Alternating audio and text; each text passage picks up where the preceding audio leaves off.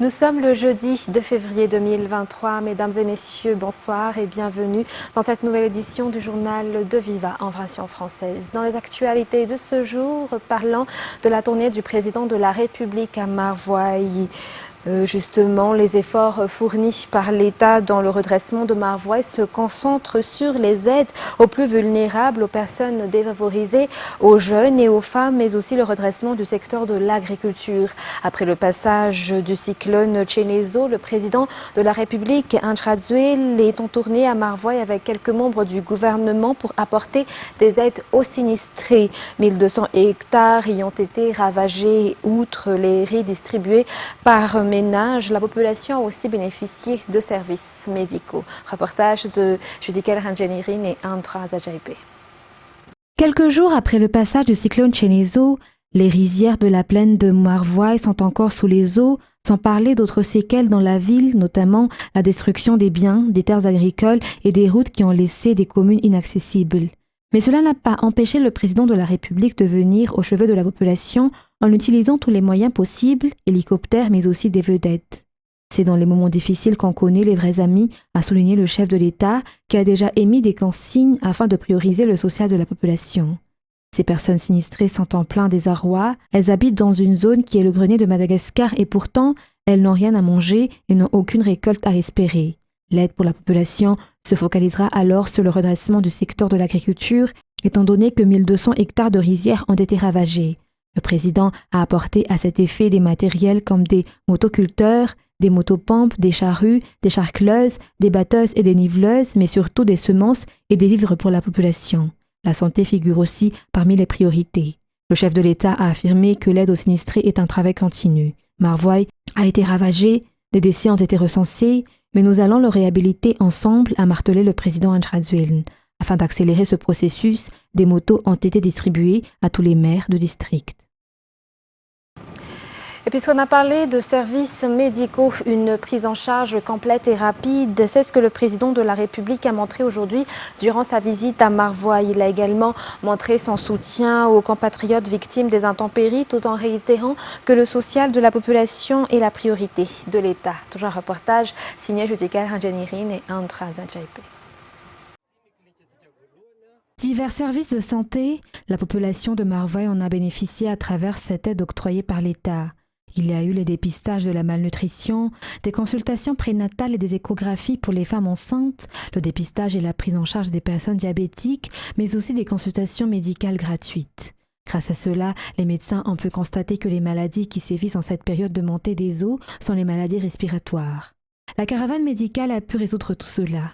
Les femmes ont été priorisées car dans cette caravane figure également le service dans la lutte contre la violence qui est un combat mené par la première dame et présidente de l'association FITI.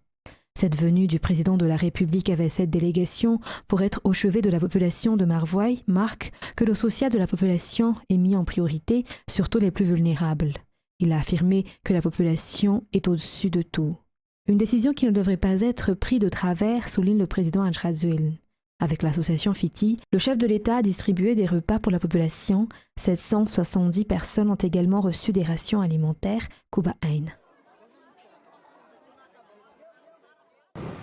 Dans les actualités de ce jour également, les travaux d'installation du transport par câble sont en cours actuellement. Toutes les mesures mises en place par les partenaires ont été respectées selon le Conseil des ministres hier. Il n'y a donc plus aucun blocage dans l'exécution des travaux. Une partie des matériels utiles pour l'installation du téléphérique sont déjà dans le pays, si certains sont déjà en cours d'acheminement. Les matériels spécifiques au TPC d'Antananarive sont encore en cours de fabrication selon les explications apporté par le secrétaire d'État en charge des nouvelles villes et de l'habitat aujourd'hui à Anoussi. Reportage sous les images de Kevin Ravonerson. Les partenaires financiers, notamment la Société Générale et la Trésorerie publique française, ont exigé des mesures à respecter avant de débloquer la première tranche de financement des travaux d'installation du transport par câble de la capitale. Afin de répondre à ces exigences, les travaux ont pris du retard par rapport aux délais mis en place depuis l'annonce du projet. Mais actuellement, ces travaux en question sont en cours. Selon le secrétaire d'État en charge des nouvelles villes et de l'habitat, ces partenaires ont exigé entre autres la séparation des deux lignes, orange et verte, mises en place par l'État, Font également partie de ces exigences les études environnementaux, mais aussi le choix d'une assistance de maître d'ouvrage, étant donné que le TPC est un tout nouveau projet. L'État a fait appel à des consultants pour y répondre avant de pouvoir entamer les travaux. Maintenant, les travaux sont en cours au niveau des gares Anous et Souarane. Concernant le côté technique, une partie des matériels utiles pour les travaux d'installation de la ligne Orange sont déjà dans le pays, notamment les matériels standards. Si les 80% des matériels sont en cours d'acheminement, car ils ont été fabriqués après les études techniques et les besoins du TPC de la capitale. Ces derniers arriveront dans 3 mois par voie maritime.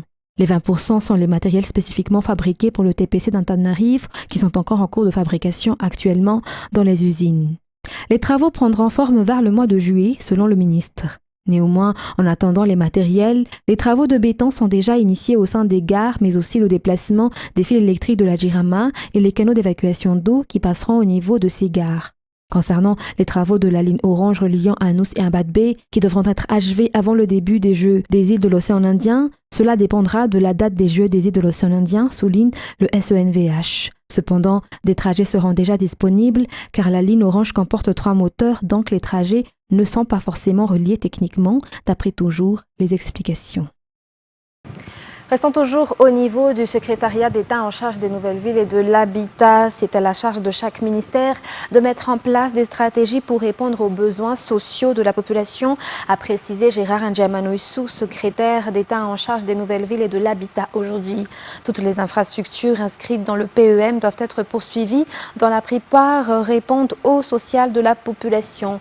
Pour le secrétaire d'État en charge des nouvelles villes et de l'habitat, les travaux se poursuivent, entre autres ceux pour la construction des logements sociaux, le projet Miami, les logements communautaires pour les districts qui sont souvent frappés par les intempéries, l'aménagement des villes, le projet de nouvelle ville Tanamassouange qui est en partenariat avec le secteur privé. L'objectif est aussi de réaliser toutes les promesses présidentielles. Dans la foulée, il convient de noter que le budget étatique de 2023 sera consacré au social de la population, souligne le SENVH.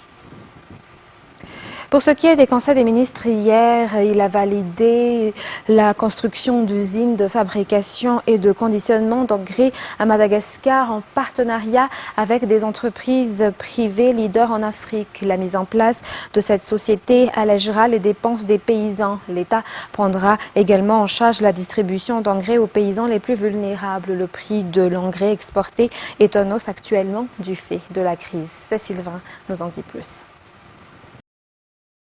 50 tonnes par jour au début, une production qui pourra être augmentée jusqu'à 100 tonnes par jour avec une capacité de production jusqu'à 36 000 tonnes par an, c'est le résultat de l'utilisation de l'engrais NPK de la société ETG Inputs Madagascar. L'entreprise qui a été le signataire du contrat avec l'État et dont le Conseil des ministres hier a validé notamment la fabrication et les conditionnements d'engrais.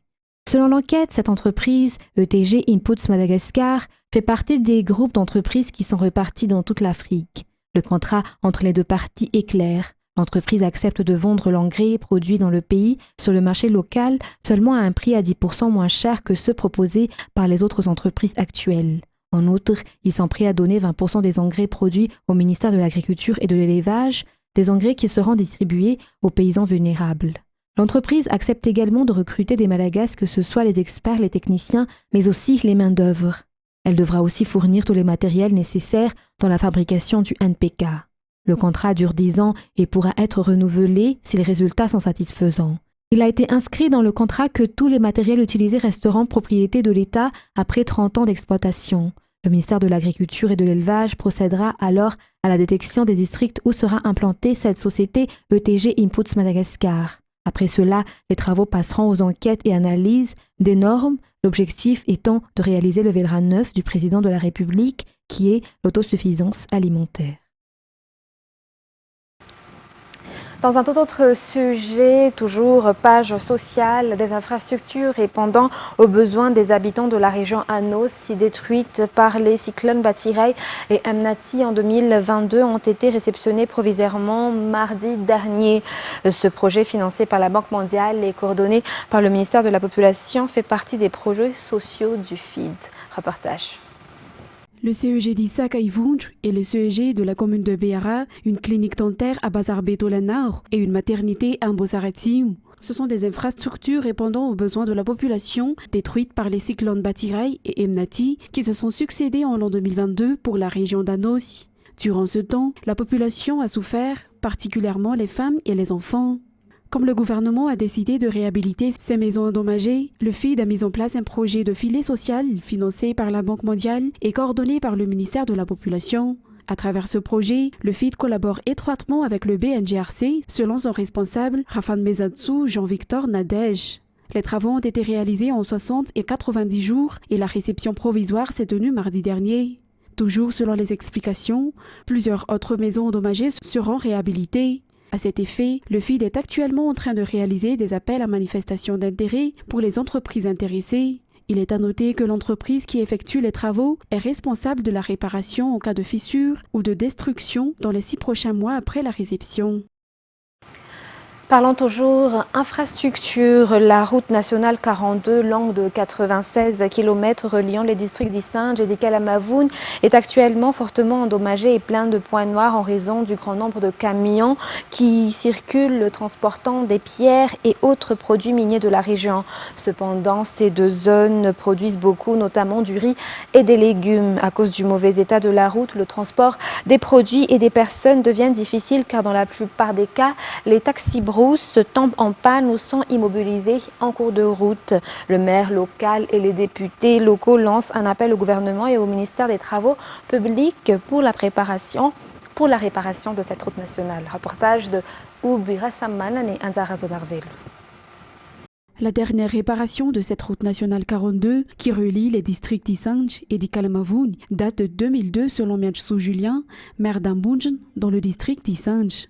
Le nombre de poids lourds transportant des pierres et autres produits miniers depuis Ikalamavoun est la première raison qui aurait conduit à la détérioration de cette route nationale. De ce fait, les taxis-brousses et les transporteurs de produits de première nécessité en sont les principales victimes du mauvais état de la route. De plus, le transport des personnes malades est également très difficile car quelquefois, notamment en cette saison pluviale, cette route longue de 96 km se fait en plus de 18 heures, selon toujours les explications.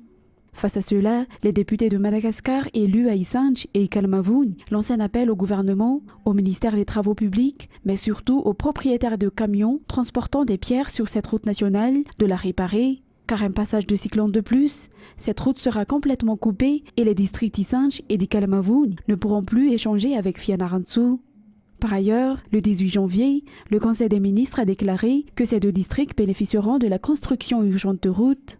Ainsi, la mise en œuvre des travaux est attendue selon les responsables locaux. Et selon toujours les informations, ces deux districts produisent beaucoup de riz et de légumes. Donc l'achèvement de la route contribuera à l'écoulement de ces produits, en plus de la restauration de la sécurité dans ces zones. Parlons à présent cuisine. Très peu de personnes dans le monde connaissent la gastronomie malgache. Par contre, c'est le produit qui fait notre renommée pour sa qualité selon les informations. Ces produits biologiques sont donc des opportunités pour Madagascar de faire découvrir la gastronomie malgache à l'international. C'est ce qui a été souligné par l'équipe malgache lors du Coupe du Monde des traiteurs qui s'est déroulé à Lyon du 17 au 23 janvier dernier. À ce titre, pour faire connaître Madagascar à l'international, une académie culinaire va être implantée à Madagascar d'ici peu pour former les jeunes malgaches qui œuvrent dans ce domaine, selon toujours les informations recueillies par Oubra Samman et Anzara Zonarville dans ce reportage. Madagascar est maintenant sous les projecteurs dans le domaine de la restauration gastronomique suite à la participation de nos représentants à la Coupe du Monde des traiteurs. Les grands chefs de la gastronomie française ont reconnu les grands potentiels et les passions des deux chefs participantes pour le métier de la bouche. De plus, Madagascar est un pays riche du fait qu'il possède des produits de bonne qualité et biologiques comme les crevettes, le caviar, le chocolat ainsi que divers fruits et légumes. Ce qui représente un grand avantage pour le pays et qui doit être exploité, a souligné Shaflalen Ravelmanen, coach de l'équipe nationale qui a participé à la Coupe du Monde des traiteurs. Ce sera également une façon de faire découvrir la gastronomie malgache à l'international. Leur participation au concours a pu le mettre en évidence selon les explications. L'art culinaire a un rôle important pour Madagascar sur la scène internationale. De ce fait, le coach qui a dirigé l'équipe nationale vise à promouvoir cela et il a déclaré que d'ici peu, une académie culinaire sera implantée pour former des jeunes malagasy qui œuvrent dans ce domaine. Ces derniers pourront participer à des compétitions internationales comme celle à laquelle nos représentants ont participé récemment. Outre la promotion de la gastronomie malagasy, la participation de Madagascar à la Coupe du monde des traiteurs a également contribué à la promotion du secteur touristique, selon toujours les explications.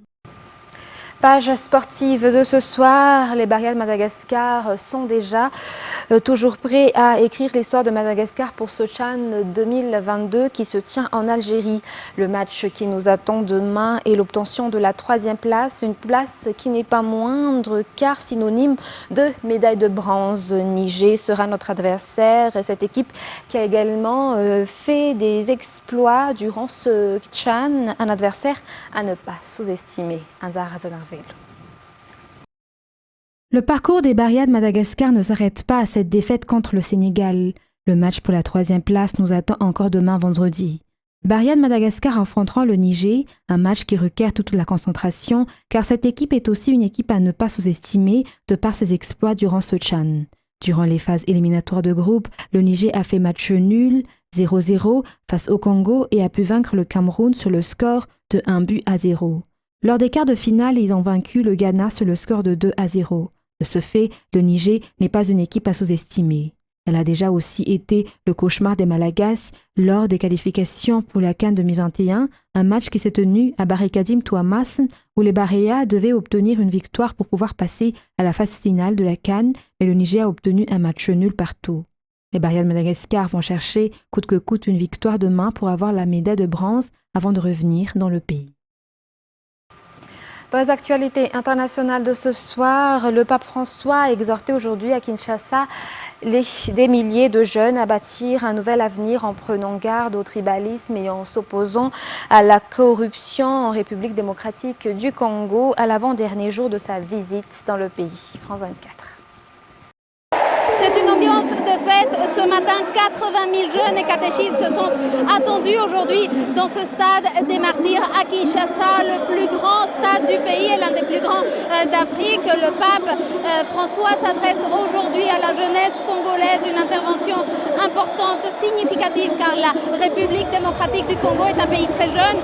Plus de 60% de la population du pays est âgée de moins de 24 ans. Les jeunes sont la force vive de ce pays, sont le présent et l'avenir de la RDC. L'Église est très impliquée dans l'éducation des jeunes. 60% des écoles sont gérées par des institutions catholiques. Il va vraisemblablement envoyer un message d'espoir à ces jeunes, leur demander de croire en leur pays, de s'engager pour construire l'avenir de la RDC au lieu de penser à l'exil. Ce sont des propos que François a tenus par le passé, qui pourrait probablement réitérer encore aujourd'hui, parce qu'on le sait, chaque année, des centaines de milliers de jeunes Africains tentent de quitter l'Afrique.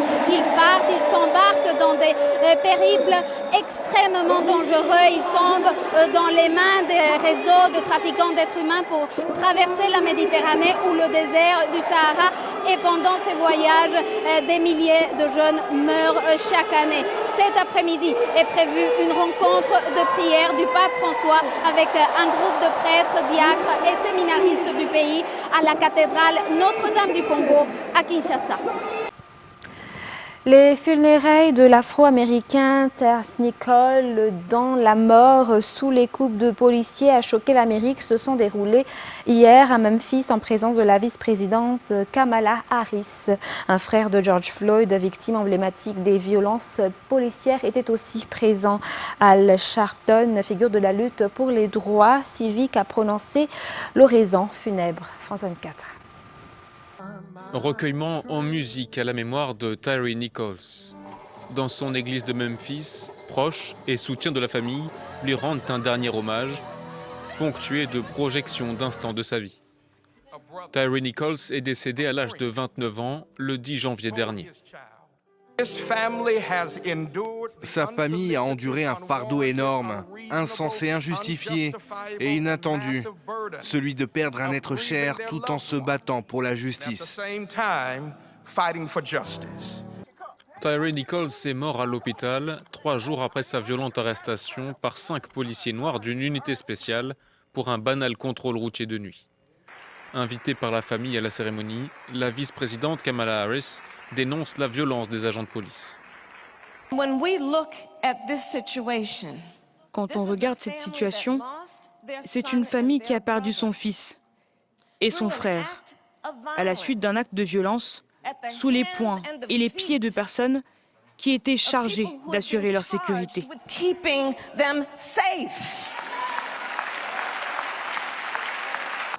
Le président Joe Biden avait salué au téléphone la famille Nichols pour son courage. Ce jeudi, il recevra des élus afro-américains pour évoquer une réforme des forces de l'ordre dans le pays. Et en France, l'intersyndicale des organisations représentatives à la RAPT a appelé à nouveau à la grève les mardis 7 et samedi 11 février contre la réforme des retraites suivant le mot d'ordre des 8 principaux syndicats français lancés mardi soir. France 24 toujours.